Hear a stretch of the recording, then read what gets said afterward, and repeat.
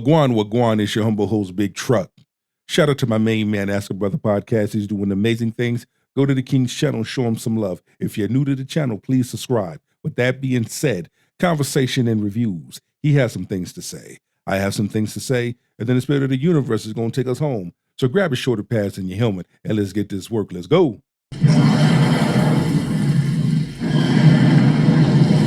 Needs and a wish list from Tiffany's, which is what a lot of men get. But like, what do you bring to the table? And don't tell me you are the table, because you are not the table. And when I hear more women say that, I'm like, you already discredited yourself. And it's not, listen, what do you bring to the table? Are you going to meet me halfway? What are you willing to do on your end as I do on my end? All of those things roll together. As simple as that. Are you about family? Do you bring family to the table of a relationship? It all rolls together. But when a man says that, a modern woman gets in her feelings. But a woman of good character wouldn't have a problem with giving you an answer. Table is supposed to be the family. That's the table. Facts. Not Facts. one parent. And women that say they are the table, at least they're telling you in advance, if you've got two brain cells to rub together, stay away from me. Right. But right. Yeah. I think that's the issue. There is no we recovering for this. I think we're heading for social collapse. And when it comes to dating in 2026, it is so challenging now as to where it was before when it came to dating. It don't matter if it's, dating apps or whatever the case may be. When it comes down to it, a large number of women have been sold a lie, a social media lie. The things that they see on social media, they believe in their mind. They done told it themselves in their mind that they can have these things. They are entitled to these things. This lifestyle they wanted so bad that they are willing to sell their soul to the things of this world in order to obtain those things, those material things. But what happens when the devil comes to collect? What happens when the devil knocks on your door and says, I'm here to collect? The devil don't care how pretty your face is, how bomb your body is, how good your bedroom game is. The devil don't care about any of that. He wants to collect. Either I need you or sacrifice. Make a choice. Because of this, I don't think it's avoidable at this point. You tear men and women apart in this way because it's ended up with, look at the divorce rate, look at the way men and women view each other now. Mm-hmm. You tear that fundamental part of society apart, and you tear the society apart, and it's happening right in front of our eyes. I don't see anything stopping it. I think we'll have a return to common sense after everything breaks. Especially the disconnect and the separation and the division between black men and black women. I mean, it is disgusting. It is sad. It is horrible, the things that I hear, especially coming from modern women. They don't need no man. Black men ain't shit. How can I use him? How can I abuse him? I mean, the hateful, disrespectful things that are being said about men, especially black men. Help me make it make sense. And if we survive and come out of the ashes, we'll have a better way of doing things. Maybe. Man, and shout out to Alpha Dog with the I am a table quote. That is such an easy red flag to run away from. And I don't know why most guys, I think what happens is, and you kind of alluded to it earlier, we're trained to see women's red flags as a challenge to us and our masculinity. And I'm like, it takes you a while to realize that's the game. And then once you realize, like, I'm not tolerating this, like, this doesn't make any sense. And I have to prove to you that I'm good enough to spend my money and work for the rest of my life to take care of you. And you're a horrible person. Like, no, like and you're selfish. But see, now more men are waking up to that. More men are seeing that. More men are reading the room regarding that. And now we're hearing more men say, you know what? This doesn't serve me. So I'm going to pick up my shoulder pads and my helmet and I'm going to walk on. I'm going to walk out of your life into someone else's life who's going to appreciate me and treat me right. I mean, we're seeing it happen right in front of our face. So who's really suffering? Who's really making the videos? How come men don't approach us? How come men aren't doing this? How come men aren't doing that? What I feel I deserve. We're seeing modern women crashing out because men aren't showing up on their radar. Those men of good value, good character are not choosing them. They're choosing women of good value and of good character. You will always know an individual by the fruit they carry. No, it doesn't add up, man. And for everybody that's currently watching, I see we're already at 100+ people. Everybody, all I ask is that y'all send it to at least 1 or 2 more people. Let's get the numbers up. And let's make it 5. Hey, 2, 3, 4, even 5 people. Send it to them, folks. Send it to your fellas. Send it to your homegirls. And secondly, make sure y'all hit that super chat button if you have any questions or comments for either of us. Thoughts on the current state of the manosphere and what changes have occurred since you've publicly aligned with it, and what needs to be fixed?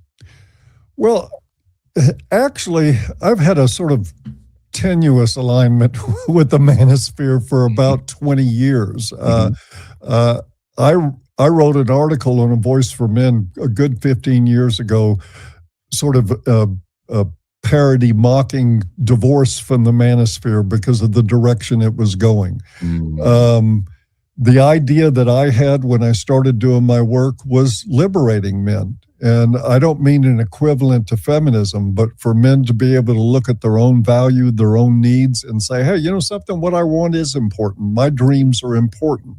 My ambitions are important. And they're important whether I have a woman or not. Yes. But the direction that the manosphere took was, how do I get more women? And then how do I control those women when I get them? We had the PUA community was like, we got to get more women. Let's go out and appeal to them. And then the game emerged from that, where it's now we got them, we got to control them. So we keep tossing eggs. We keep, triggering their abandonment issues, doing whatever we need to do to manipulate control out of them. And of course, in recent years, the TradCon community has kind of been added on and taking it over. Those dudes got no answers whatsoever, except they're double down on blue pill, calling themselves red pill. So I think there's lots of problems. I think there's still some good, and I'll maintain that, as messed up as a lot of the manosphere is, it's still better than the old script. Which we didn't even have alternatives. We didn't even have the ability to exchange ideas or even experiences. So I agree with you, man. It's wild to see how much women are still the center focus of this space. Yes. And even men doing all the work to better themselves, the end goal is women. Is women. Yeah, it's like, and a lot of those guys that tell me, no, man, I go to the gym and it's all for me, and a side benefit is women. And I'm like, dude, if you won't go unless the side benefit is women, then it's not a side benefit. It's your main purpose. Yes. So yeah, that is. We all go to the gym. Listen. We look good for, like men, we go to the gym to look good for ourselves, first and foremost, but also to be more attractive for that woman, vice versa. A large number of women go to the gym to look good for themselves. After that, to be more attractive for that man. So we all going to the gym for a purpose. The difference is how many individuals are going to be honest with themselves and honest with you. When I go to the gym, I ain't going to lie. I look good for myself first and foremost. But also, I look good to be available to be chosen by a woman too. Because I want to be with a woman that I'm sexually attracted to her and physically attracted to her, and vice versa. She should be physically and sexually attracted to me. Get it? But again, how many individuals are going to be honest with themselves and honest with the person that they sitting across from talking? The difference between what I do and the sort of the red pill space and the people in my area, that's the difference between what we do and what the rest of the manosphere does. This is about being whole, being a whole person, whether you have a woman or not, being able to discern and allow a woman in.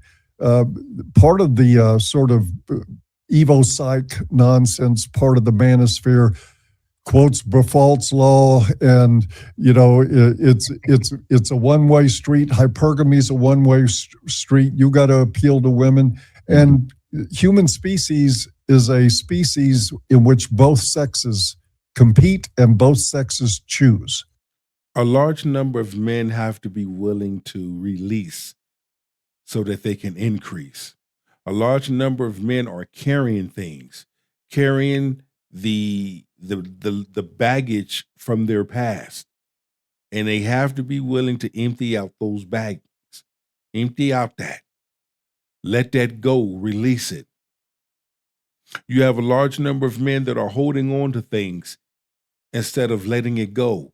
You are past due of things you should have already been letting go out of your life and away from you. Because now what you're doing is you're allowing those things to fester. You're allowing those things to build up and wonder why you blow up at people. Wonder why you pop off at people, getting angry, upset, and mad, and ranting, and raving, and this and that, and because you carrying stuff, my brother. You got to let that go. You got to release that. Yeah. But men, because of romantic chivalry, have given up any notion of them choosing. It's all about being chosen. And the manosphere just amplifies that. Yeah. Yeah. Wow. You know what? Do you hate women? And why do people think you do? And to be fair, I'm getting in the habit of asking people this question because I've been getting hit with it so much since I've come out. So it makes sense for me to we laugh at this type of stuff at this point. But same here. I get hit with it. You must hate women. You're misogynistic. Nah, I don't hate women. I'm not misogynistic. If you listen to my content,